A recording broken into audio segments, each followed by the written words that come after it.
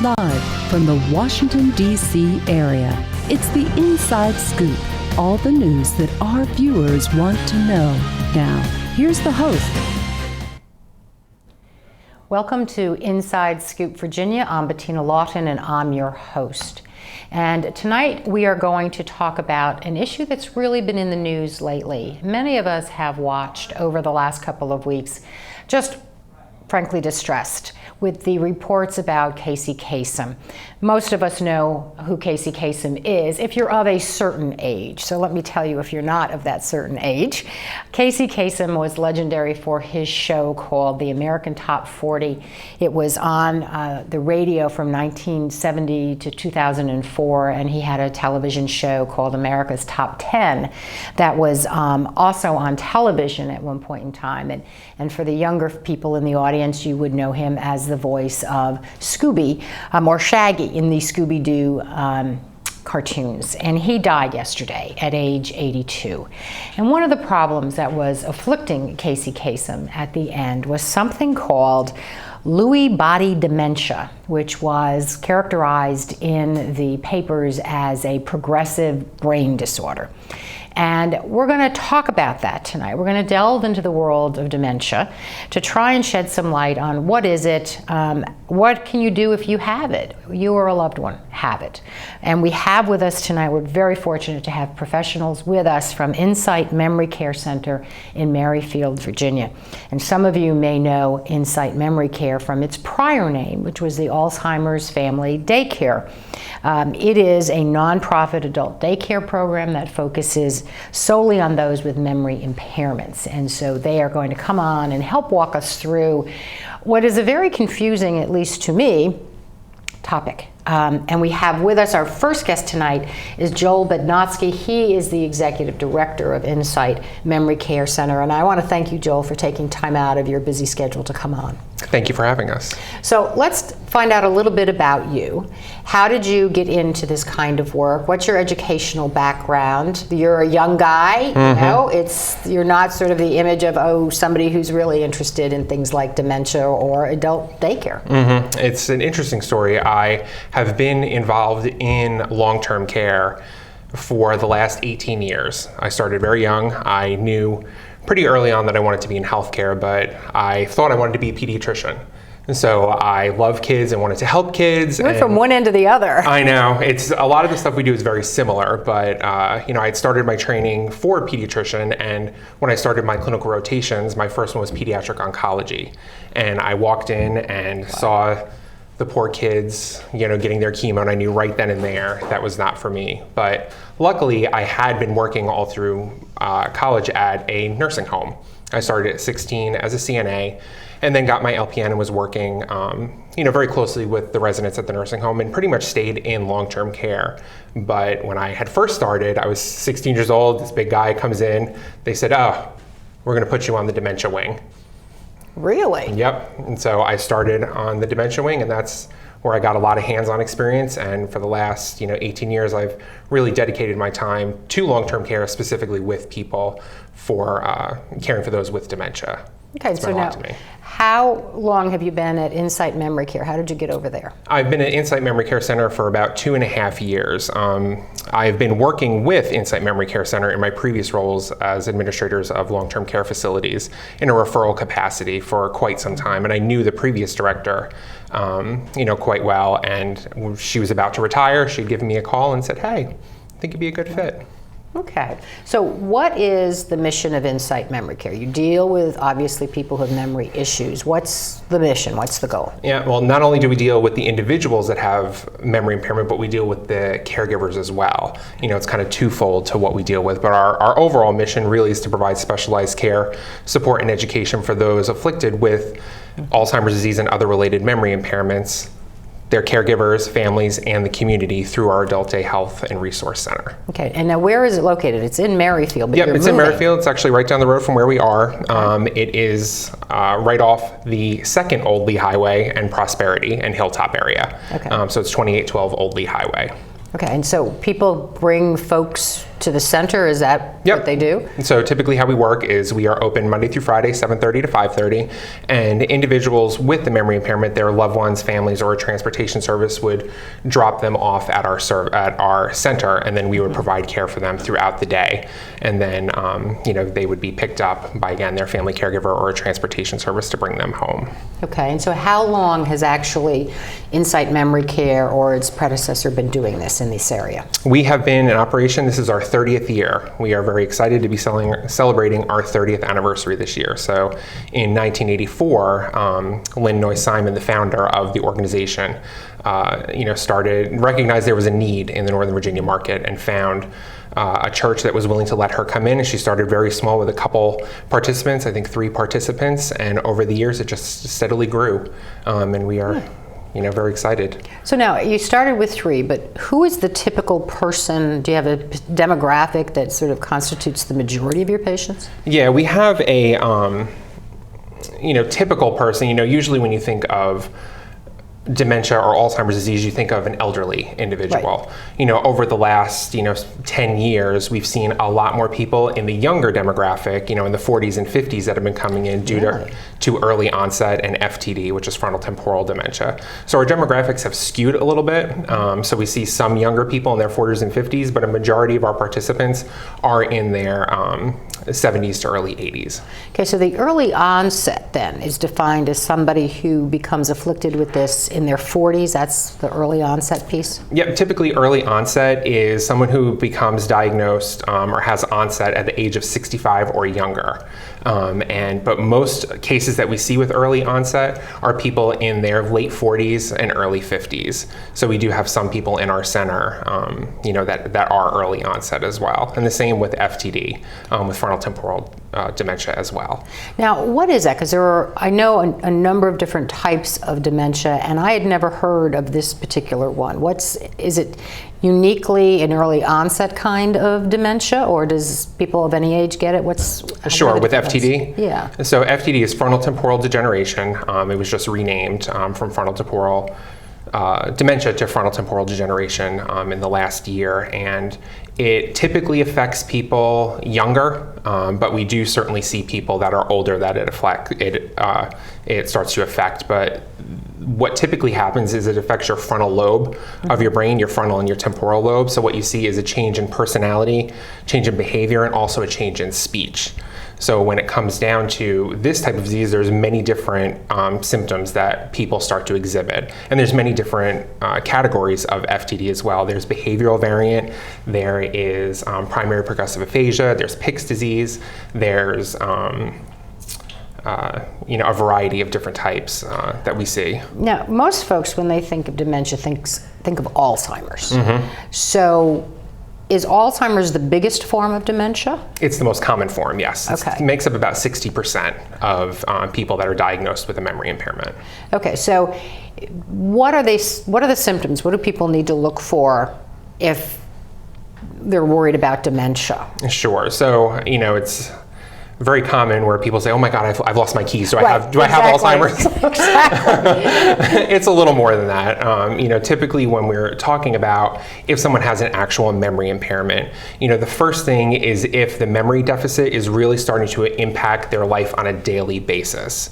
If they are starting to be able to make poor judgment decisions, their reasoning becomes impacted. They're forgetting things on a more regular basis. Mm-hmm. Typical aging, we might forget our keys, but we'll remember where we put them.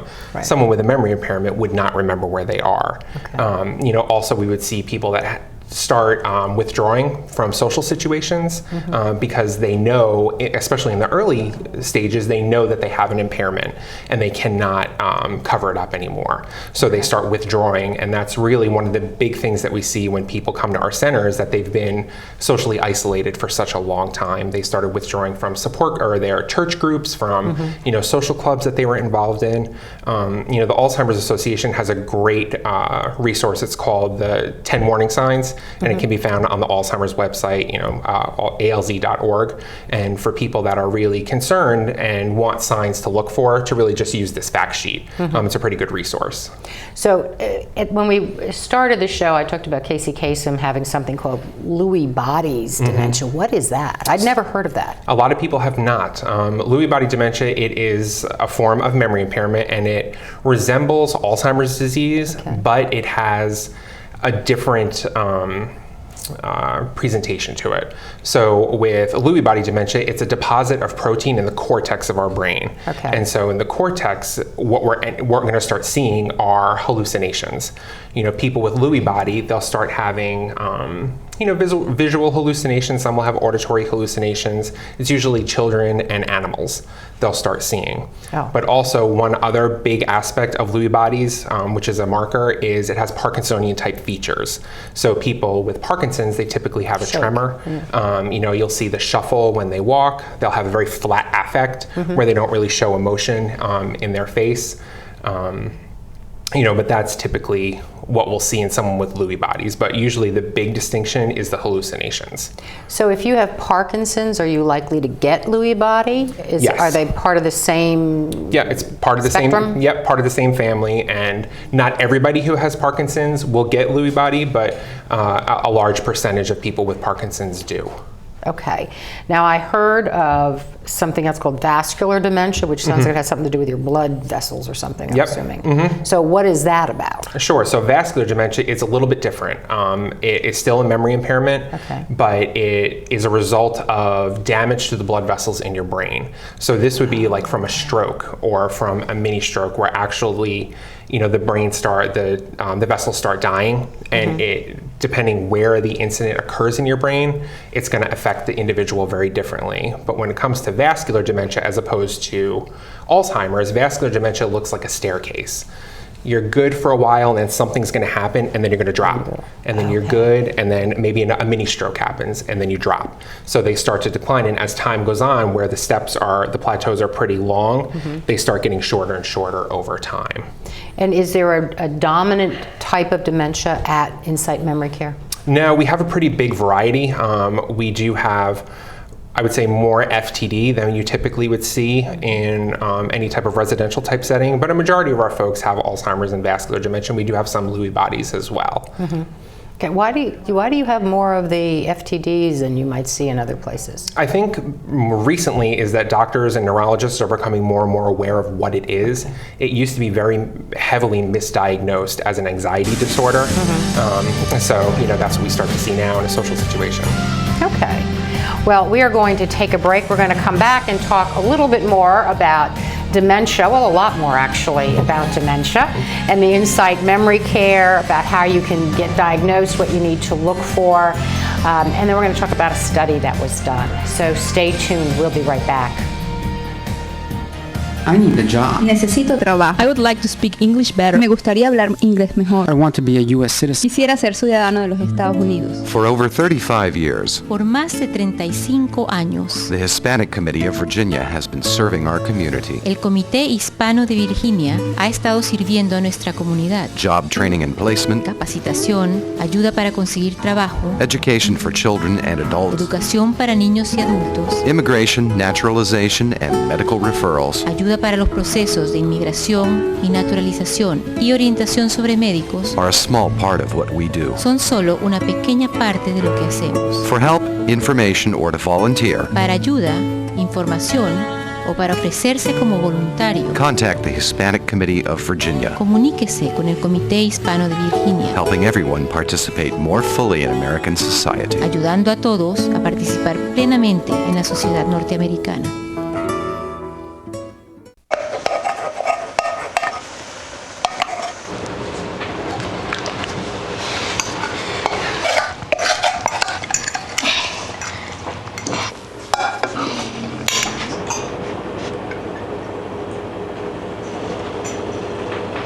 Hey Lena, where's yours?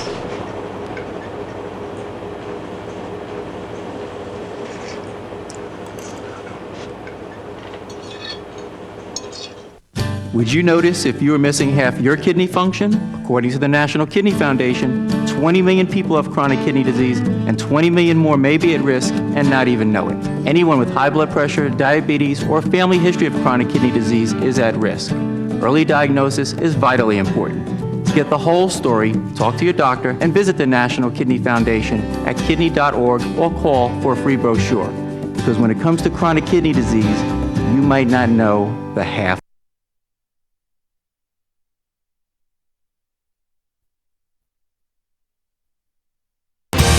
Dementia. We're back to the Inside Scoop. Here again, your host. Welcome back. I'm Bettina Lawton, your host. Tonight we are talking about dementia with the professionals from the Insight Memory Care, which is located in Merrifield, Virginia. And we are joined for this segment. We are continuing on with Joel, who did a wonderful time in the first segment, but Christi Clark has joined us. And so, Christi, you are the Education and Outreach Coordinator for Insight Memory Care. How did you get in this? What's your background in all of this? Actually, my background is very similar to Joel's, that I started in this industry when I was 16 as well as a certified nursing assistant in a nursing home in South Dakota where I grew up. I came out here and went to George Mason, and while I was going to school, I started working for one of the assisted living communities as a concierge. And sort of my career started about 18 years ago. And for the last 8 years, I really focused on memory impairment, working in memory-specific assisted living communities as an administrator, became a certified memory impairment specialist, and that's sort of how my background in dementia came about. So what do you have to know to be a certified memory care specialist? I've never heard of that before. It's a training program where you go through what are the different types of dementia, and more, how do you care for somebody with different types? How do you help them with socialization and with their activities of daily living when they don't want to do something, and how do you help the caregiver really work through that process as well? Okay. Well, how do you know? We've talked a little bit in the first segment about the different types of dementia and some of the symptoms of having dementia. But if you are wondering, you go to the Alzheimer's site like you suggested and you look at their checklist and you say, oh my gosh, how many do you need to have? Is this like the checklist they say with, find out if you have a drinking problem, if you've got 10 out of 10 you're in trouble, but if you have 1 out of 10 you're good? Well, on their checklist, if you have 1 out of the 10, it's recommended that you seek medical advice. Oh wow, really? Because they really are geared to determine whether or not the individual has sustained long-term memory impairment, because the questions that they ask are more pattern-based. It's not a one-time thing. Okay. It's more, is this becoming a problem? Are you withdrawing from social groups, or are you having, and for the other one with the caregiver helping their loved one, are they making poor judgment decisions? Okay. So it's not just a one-time thing like, they came home and bought a dress that, was $500, I really liked it, I wanted to get it. Right. Or is this they're buying 10 dresses for $500?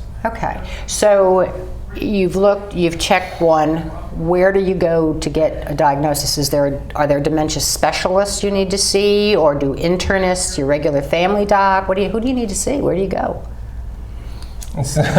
So, when you're first seeking advice on what to do, obviously we encourage people to immediately go to their family doctor. Okay. Use their internist or whomever, and then, letting them know kind of what they're seeing and, what they think is happening. And then typically they end up going to a gerontologist or geriatrician who can really focus on the elderly population, but then also going to a neurologist, because the neurologist can give them a pinpointed diagnosis of what memory impairment they have, if there is a memory impairment. Okay. Not everybody will have it. Some caregivers, think the worst and think that someone has it when they go and they test completely fine. They don't have it. It could be an isolated incident. So people shouldn't put this off because they're worried that, oh my gosh, I may have it. Just go find out, because you may be fine. Yeah, and a lot of times it's the caregiver that is encouraging the individual with the disease to go, because the individual with the impairment, they typically think, I'm fine. Right. I don't need to go to the doctor. Right. I'm fine. Are you fine? I'm fine. I say that all the time. I know. Oh my gosh. And so it's the caregiver really trying to now take reins and get them to go to the doctor, so they really can do the testing that is needed. Okay, well, I want to veer just a little bit about, because I said early on that you all are a nonprofit. So do you get government grants? Does Fairfax County give you money? How do you actually support all of this? It's a very good question. As a nonprofit, we strive really hard to make sure that we're not only meeting our mission, but that we continue to meet our mission. And we can't do that without funding. Right. So, we get funding from a variety of different sources. We have our fee services, which is our actual day center. So the participants that come during the day that attend the center, they pay a fee. Okay. Our early stage programs that Christi runs, our mind and body workshops and our reconnections programs, they are fee programs as well. All the other services we offer are free of charge. Okay. So we get revenue from our fees, but we also are very fortunate to get revenue from Fairfax County. We have several agreements with Fairfax County that help provide us with funding. One of the big things with Fairfax County is we get our meals from them. So even though it's not a monetary donation, it's an in-kind donation, but it is a really big donation that we get, because it would be a huge expense for us. And then we also have from private grants and foundations, but also from individuals in the community, private donors, people that really support the work that we do. So we appreciate any donations that we can get from anyone in the public. We certainly appreciate anything that we can get to help us achieve our mission and provide our care. Okay. Well, Christi, I want to talk to you about caregivers, because it seems that's your area here. So I can't frankly imagine taking care of somebody with dementia. It strikes me as incredibly difficult to do. What do you all do for caregivers? Well, I think you're right. I think it's very stressful, and it's very time consuming. And what I always tell caregivers is just to know that they're not alone. And I think that's the biggest thing that we can provide to them, is that support system. So one of the things that we do initially when somebody calls the center is we provide one-on-one consultations.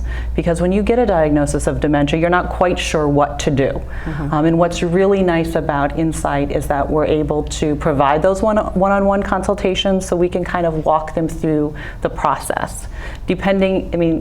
There are some people that call us and they literally were just diagnosed a few days ago and are just looking for the information, the education. And then there are some that are in the midst of caregiving for somebody and are just really stressed out and don't know where to turn. And so the one-on-one consultations can be really beneficial in giving them a starting point. If they might need to come to an early stage program, or really just the resources in terms of doctors, the geriatric care managers that are in the area that might be able to provide more one-on-one support than I can provide. Okay. And sometimes there's a lot involved. There's trying to figure out your financial planning and your legal needs and what exactly you need. But it's most important to set up that support system.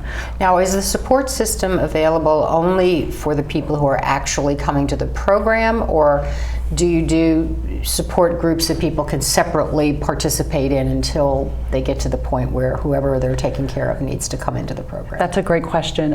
Really, our support groups are open to anybody, and so are our consultations. So even if you never attend Insight, the Adult Day Center, or you never come to one of the early stage programs, you're certainly welcome to give us a call, and we can kind of point you in that right direction. We do offer actually 5 different support groups at Insight. We provide early stage support groups. We provide just a generic, kind of a general support group for people in all different stages, when they're caring for people in all different stages. We also provide, we also have a support group that's specific to our participants' families, as well as a Lewy body dementia support group, which we started just 3 months ago, and it's really has grown, and we are only the second Lewy body dementia support group in Virginia. Oh, wow. Well, there was, you mentioned at one point that there was a study, something that you call a DASH study of caregivers. What did that find?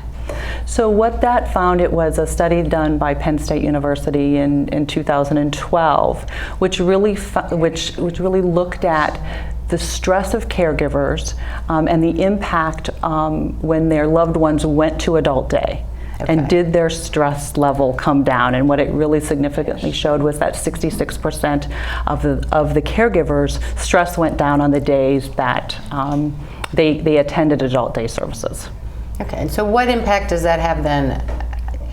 I suppose they feel better. How much? It's temporary though, isn't it? I mean, how much does this really help the caregiver? Unless they can get them into this daycare on a consistent basis. You don't do like one-offs. You can bring somebody in today, but not tomorrow. Do people need to be in your program consistently? We have individuals. A lot of our care is based on the individual and what they, the family can support. So our minimum is 2 days a week, and then our maximum is obviously 5 days. We encourage the families to really look and see what is going to work for them. Maybe the caregiver works. Maybe they only have transportation that is available 2 days a week.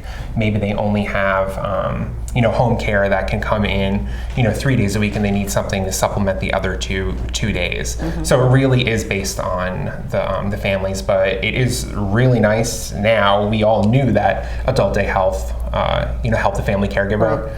Now we have scientific proof that shows that it does reduce their stress. Okay, and so the important thing is you don't have to have somebody in your program every single day. So if you only need sort of that break, or you need because you need to go to work or you need to do something, it's possible. It's not like kids. You got to put them in daycare 5 days a week, and if they're not there, you're still paying. Mm-hmm. Yeah, and it's really is based on the schedule that the families sign up for. When we do start, we do a flat monthly fee based on the number of days a week they attend. So it's very similar to a child's daycare in the fee structure. Mm-hmm. But what we do is really work with the families to see what's going to work best for them, and also their need. Maybe they need 5 days a week. Right. They just can't do it anymore. Right. They have to work. They're going to lose their job. So we really try to fit them in when we can. Okay, and I think that how many people who need adult daycare, how many caregivers who need to have that available to them, have it available to them? How widespread is the work that you do? Well, unfortunately, adult daycare in general is very underutilized. It's kind of the best kept secret. People are not aware of it. Mm-hmm. In Northern Virginia, there's the Fairfax County Centers, us, and a few other private ones. Okay. All right, well, it sounds like we need more of them, particularly with our aging population and the stress relief that it can provide to the caregivers, which I have to assume is a massive benefit to them in terms of their own mental health and physical health as well. So stay with us. We're going to be right back.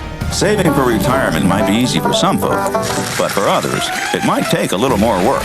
And for those who haven't started, there are still things you can do to catch up. Oh, that is good news. Like getting out from underneath past debt. And don't get wrapped up with high-interest credit cards. Get you some eyes. Be diversified with your investments. Don't put all your eggs in one basket. Your financial goals are not out of reach. The choice is clear. For a happy ending, choose to save. Everyone with alcohol and drug addiction is in the same boat.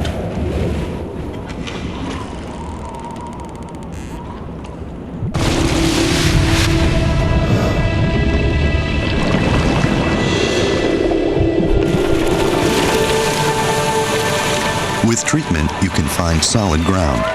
For drug and alcohol information and treatment referral for you or someone you know, call 1-800-662-HELP.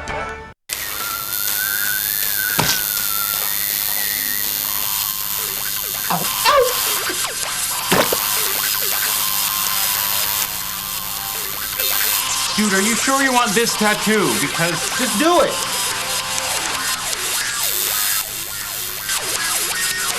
Some mistakes in life are permanent. Like hearing loss. To learn how to protect your hearing, visit asha.org. You've probably heard about heart disease, but did you know that it's the #1 killer of women nationwide? Heart disease claims more lives each year than breast cancer, lung cancer, or strokes combined. But there are steps you can take to protect yourself against it. For more information on how you can prevent heart disease, contact your local American Heart Association or visit their website at www.americanheart.org. We're back to the Inside Scoop. Here again, your host. Welcome back. I'm Bettina Lawton. This is Inside Scoop Virginia, and I'm your host.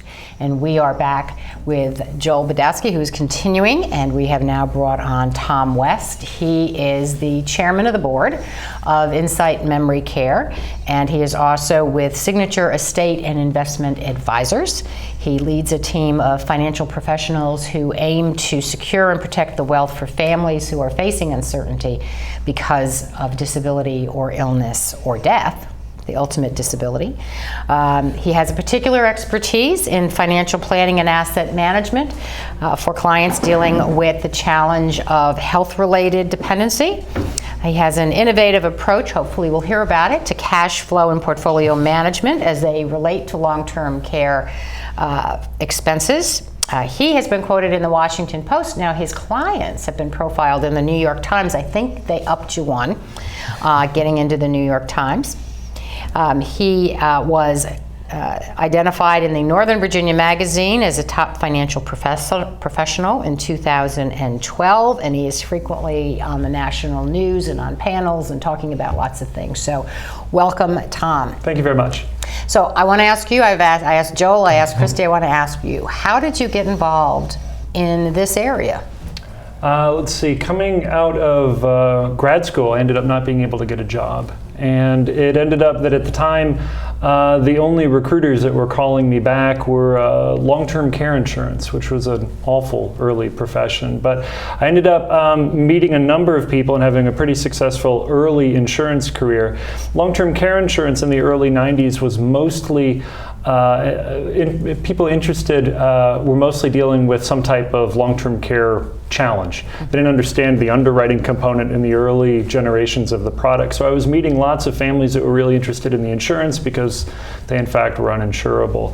I pivoted a little bit into wealth management at that time, mostly because I felt that a lot of these families were in a tough situation. They weren't getting, I think, appropriate advice at sort of a fiduciary level, what's really in your best interest.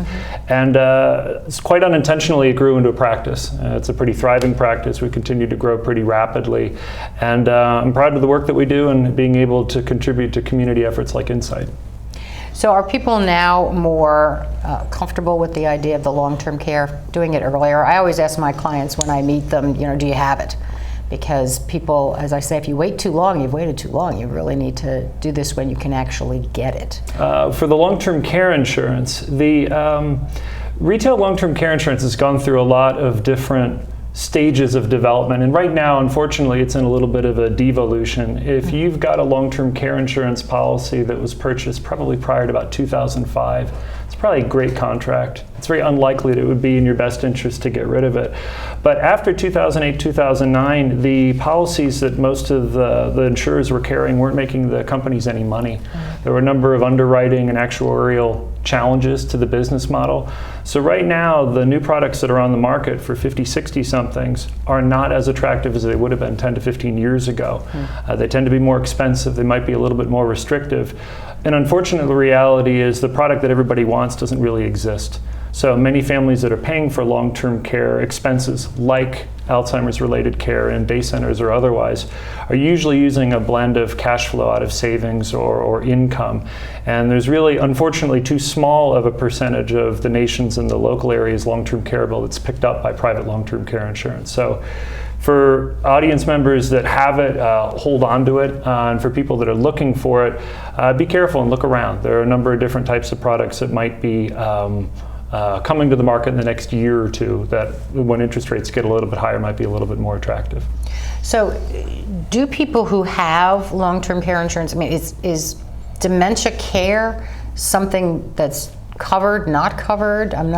It's specifically covered. Happily, in the late 90s, the companies were much more expansive into making sure that coverages included help with activities of daily living, physical, eating, dressing, bathing, those sorts of things, but also expanded to include cognitive impairment, which could be tested a number of different ways beyond physical ability to get through your day. So Alzheimer's and those related dementias are specifically covered.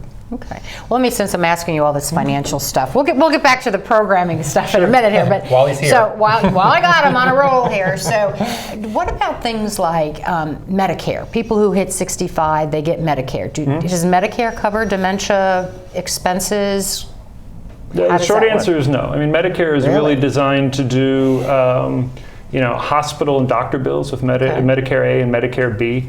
And for dementia in particular, at a chronic disease, as Joel knows with our participants, there really isn't any productive conversation about Medicare coverage for dementia. Most of the people are looking to their own finances with the possibility of being supplemented by private insurance if they had the opportunity to plan ahead like that, or Medicaid when folks run out of financial means, they can qualify for a program run through the state that picks up a lot of care.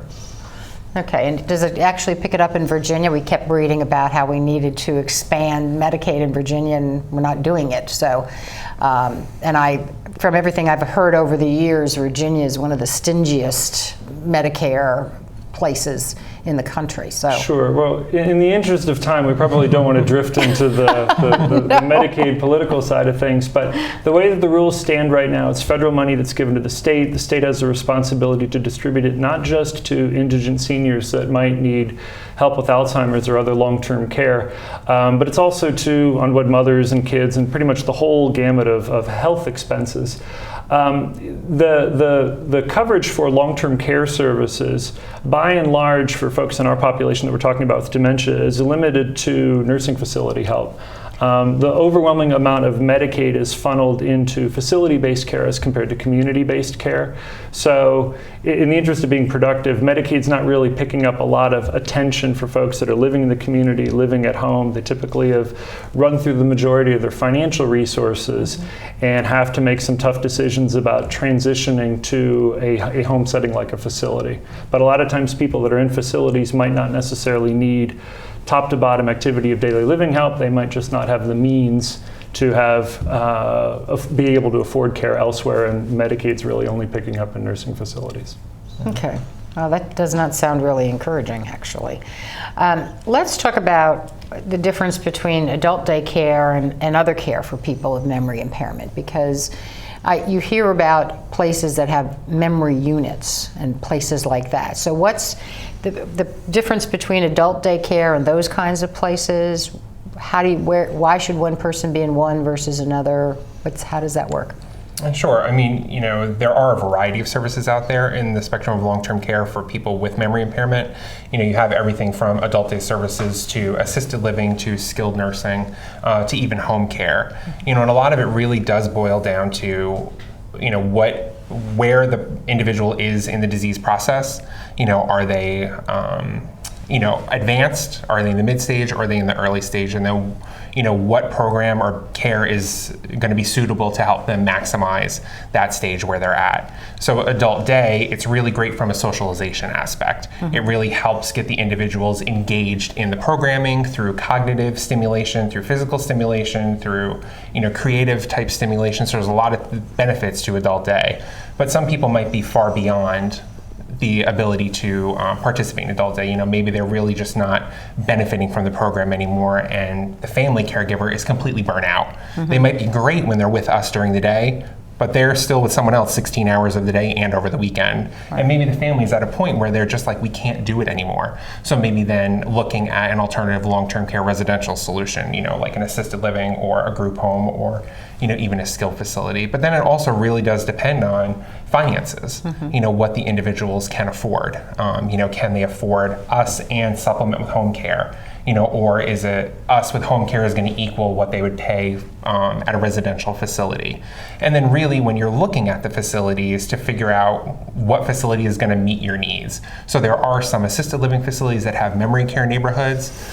Some are more vibrant than others. So really making sure that the individual, when they're looking, are really trying to figure out what is going to best meet the needs of their loved one at that time, and also what they're looking for long term.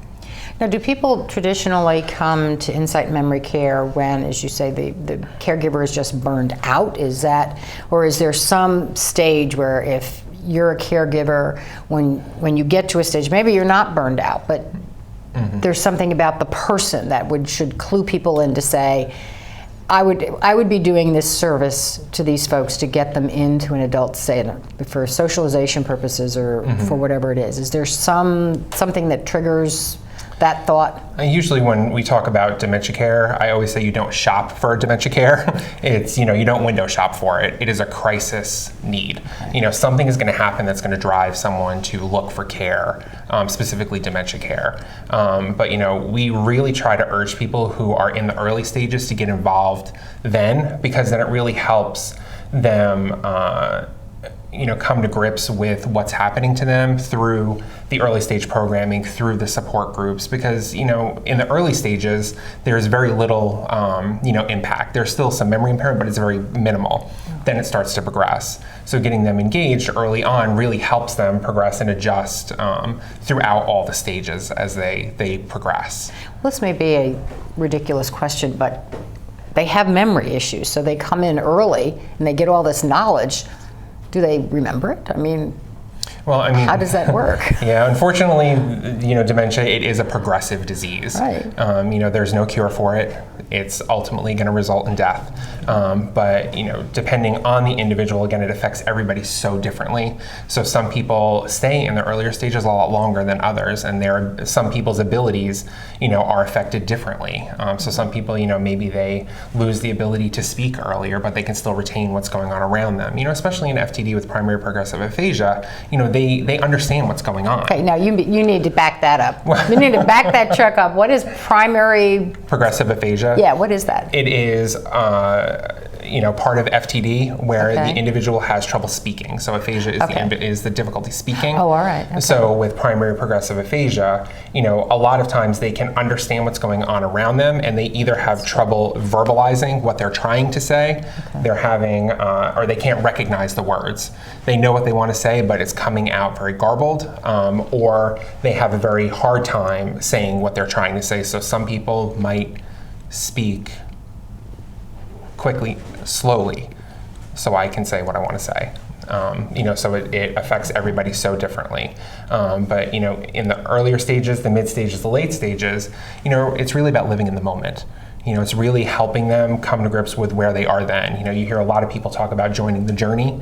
So, some of our participants, they might feel that I have to get home to prepare dinner for, my kids, they're getting off the bus, I have to get home. And, so we work really hard to help them, minimize those behaviors and just live in the moment, redirect them. Okay, well, we are going to come back and continue talking about dementia and what it's like and how you can get help. And we're going to see about what's happening in Fairfax County as we all start to, in theory, age in place. Stay with us.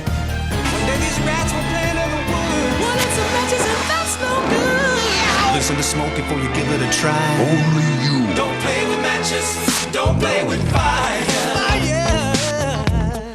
Cause there's nothing very funny about ripped off life. Nothing very nice on a homeless mind. So if a gorgeous force is what you desire, don't play with matches. Don't play with fire. Yeah. Only you can prevent wildfires. Fire. Why don't you just wash your car at home? When I wash my car, everything runs down the street and down into the storm drains. With all the chemicals and the soaps and waxes, the last thing I want to do is poison my own drinking water. At least here, it's all contained and recycled on site. That's why I also take my car in for oil changes instead of doing it myself. I might take a chance on spilling stuff. You know what the best part is? What? More time to kick back and watch the game. How far would you go to protect the planet? I want you to build an ark. Here we go. Okay, that's good. Oh, okay. Ow! Oh! Maybe there's another way. People, the flood is imminent. Is it too much to ask for a little precipitation? Go to fightglobalwarming.com to find out what you and your community can do to reduce global warming pollution.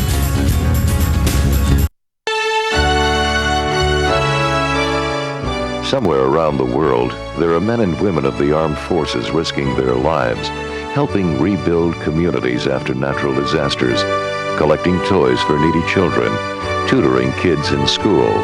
These are your sons and daughters who work to keep us safe, secure, and free. Dedicated men and women who put their country first.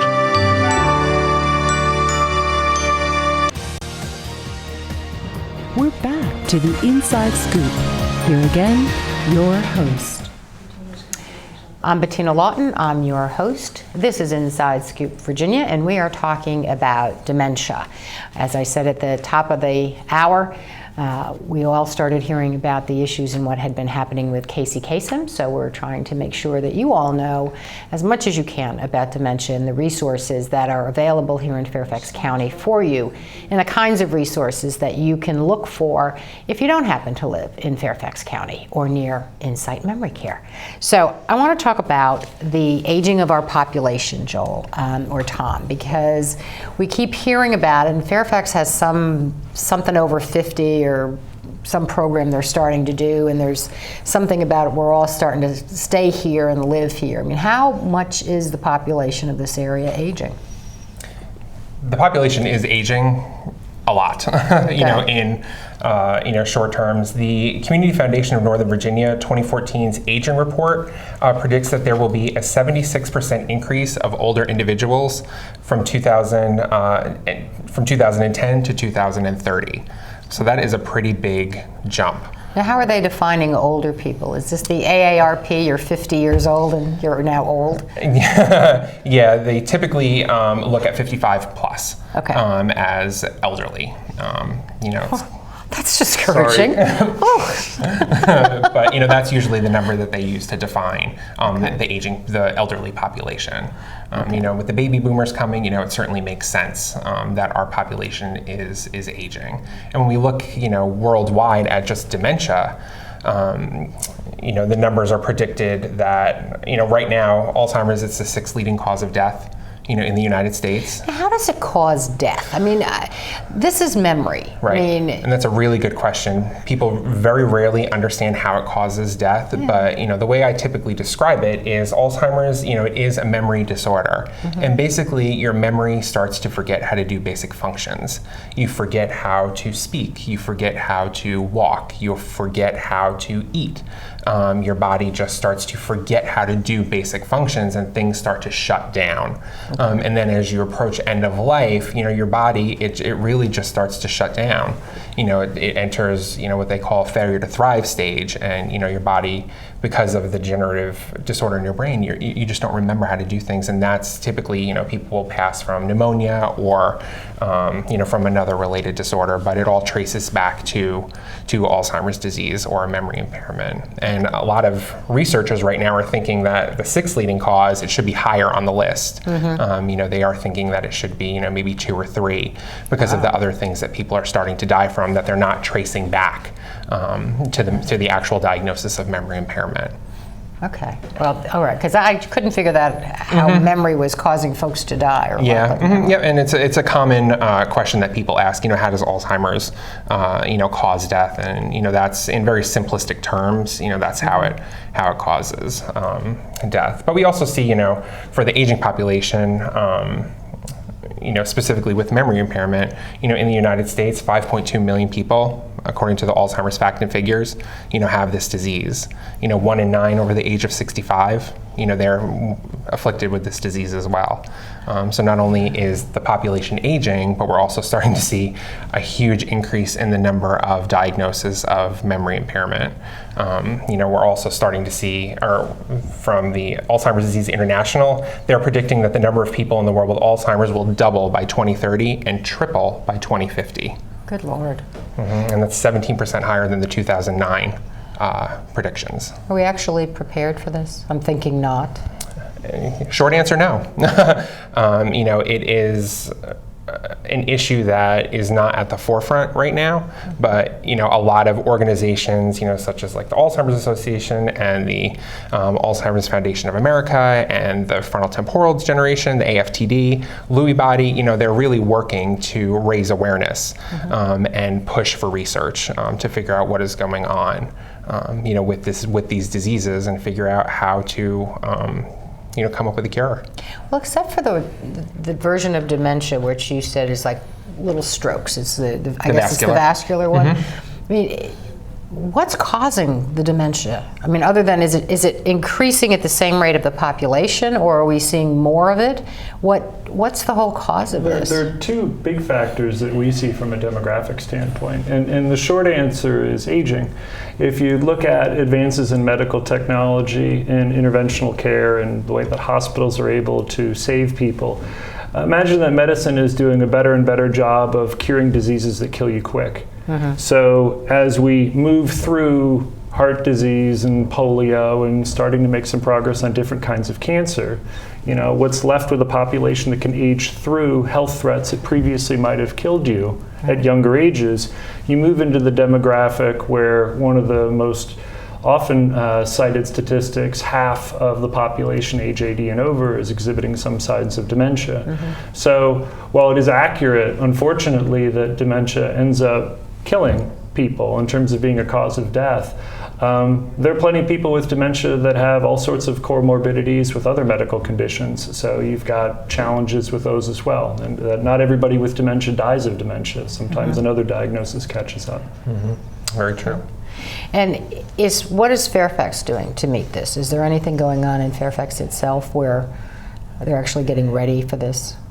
I mean, we're very fortunate in Fairfax County where, Fairfax County does devote a lot of energy and resources to the aging population, comparable to other counties, across the country. So Fairfax County, they work, very hard with, the Long-Term Care Coordinating Council, with this, the Service for Seniors Committee, which Christi is the chair of, to really work to figure out how they can, meet the needs of the aging population.